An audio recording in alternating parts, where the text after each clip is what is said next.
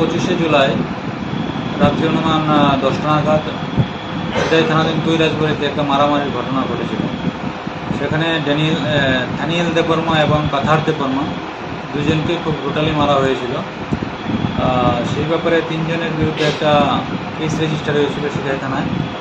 তারা হলো সমরেন্দ্র দেববর্মা, সন্তোষ দেববর্মা এবং রাকেশ দেববর্মা।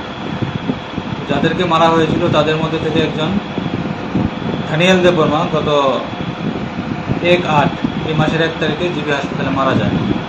তো সেই ব্যাপারে আমরা একটা খুনের মামলা রেজিস্টার করি।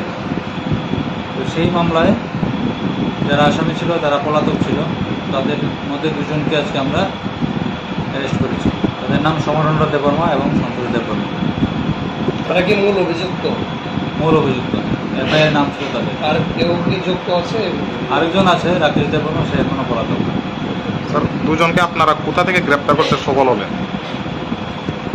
তাদেরকে আমরা আজকে পেশাতপ থেকে নিয়ে এসেছি। কালকে কি কোর্টে ফরওয়ার্ড করা হবে? কালকে কোর্টে ফরওয়ার্ড করা হবে। এই মাসে স্যার, এই ঘটনার পরিপ্রেক্ষিতে এখনো পর্যন্ত এলাকার পরিস্থিতি কোন পর্যায়ে আছে? যাদের ভিকটিম ফ্যামিলি তাদের মধ্যে তারা খুবই মানে ইমোশনাল হয়ে আছে। এটার জন্য এতদিন হয়ে গেছে আসামিটা গ্রেপ্তার হয়নি। আজকে আমরা 2 জনকে অ্যারেস্ট করতে পেরেছি এবং এই মেসেজটা তাদের পরিবারকে আমরা দেবো।